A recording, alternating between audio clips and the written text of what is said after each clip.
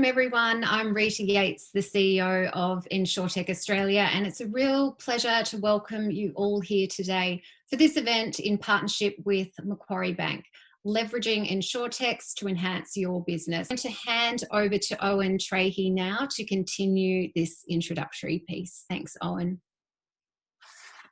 Thanks, Rita, for that introduction. Fantastic. I'd just like to add my welcome to everybody today. We have an audience that includes all of the participants that are involved in the insurance supply chain. So a warm welcome to you all. Thank you very much for joining us today at this event. Really, we're keen to, as Rita said, showcase some of the Insurtechs that exist today within the Australian community.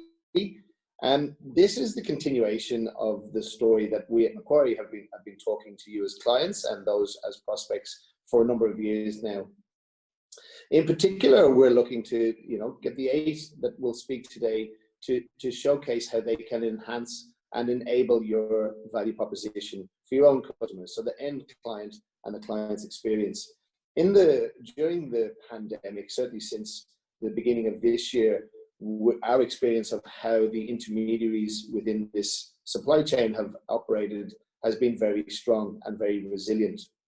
But if we skip to the next slide, really what the additional context that we're looking to provide is in line with what we spoke about when we had this event last year in real life, when we were able to do this in person. And hopefully we'll get to do it in person soon as well. But really just to reiterate and reinforce what we've been saying and why we think holding an event like this makes lots of sense, is really that technological change continues to happen really quickly. The velocity of this change has only increased during the pandemic. And if anything, it's the customers now who are dictating the options that they would like to be dealt with when it comes to doing business. So if you're an insurance broker or an underwriting agent and your end customers, really it's how do we provide to the customer the ways in which they would like to be dealt with that are in keeping with that particular individual or those businesses, how they deal with others, other suppliers and other businesses in the market today. And as you have seen in Rita's earlier slide, there's just more and more of these Insurtech businesses coming into the market. It's been a real pleasure to see the growth of the Insurtech community, not just over the last year, but in fact, since Macquarie joined as a founding partner. So really, my job is just to introduce each of our speakers today, and hopefully you'll all get a chance to understand a bit more about what each of them do. If we just go back to the last slide for 2 seconds, really what that was this is a picture of the entire ecosystem that exists in Australia today. We've highlighted the Insurtechs that we'll hear from over the next 40 minutes and where they play in the insurance supply chain. So whether that's in relation to pricing or customer value prop or the marketing of your business, or indeed if it's to do with claims or loss prevention.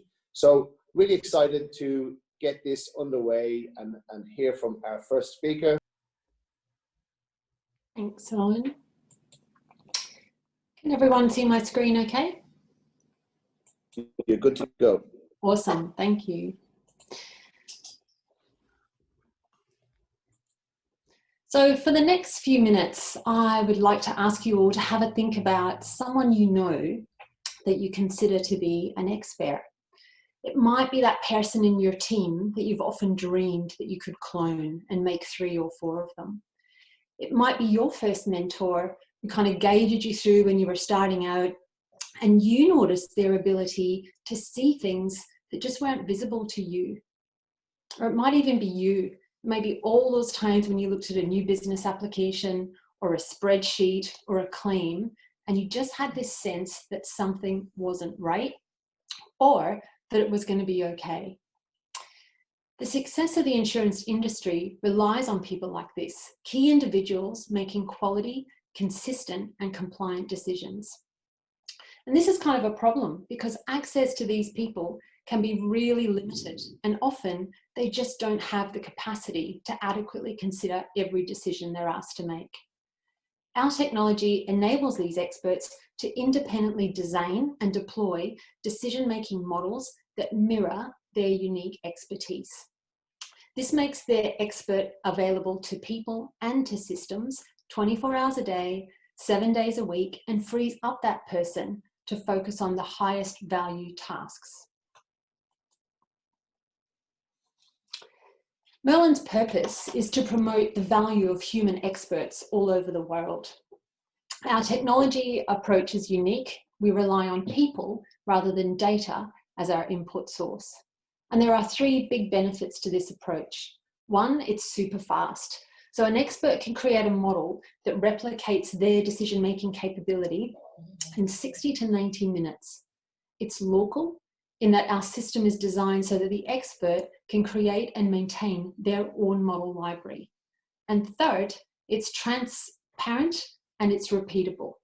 So the expert can demonstrate exactly how they're making critical and consistent decisions to regulators, to auditors, and other key stakeholders. This solution is perfect in risk and compliance environments. It reduces the reliance on quality audits and sampling as the primary tools, which we all know require many hours of human intervention.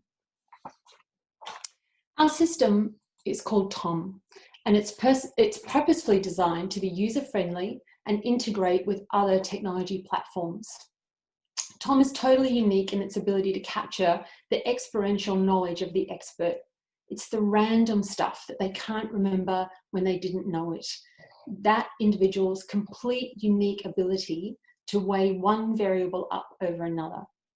This is insight that's been crafted through years of practice and hands-on experience. So we might call it discernment, instinct, empathy, intuition. One use case that I'd like to show you is just a screenshot from the largest South African general insurer. So they have virtual experts triaging all of their personal and commercial claims.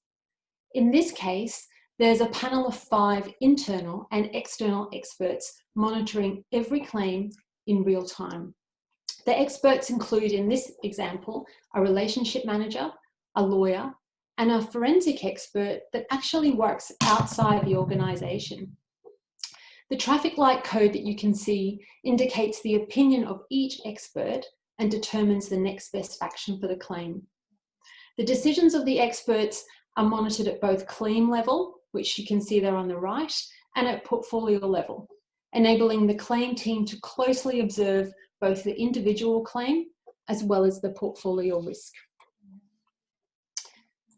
We've got a number of use cases where specialist underwriters manage their own capacity constraints using a library of virtual models that they've created themselves. We've got virtual experts monitoring books of business for shifts in risk profile and risk exposure, where exceptions are just automatically reported up to somebody to review. We support several organisations with compliance requirements around financial crime, and there are virtual experts assisting with the high volume of false positives that get reported in PEP and sanction screening, customer and transaction monitoring. But in all of these examples, we're dealing with uncertainty, and that's the fundamental basis of risk.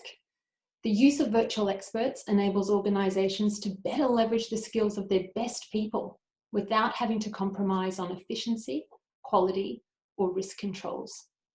Thank you so much for your time today, and I would love to hear from you if you'd like to hear more.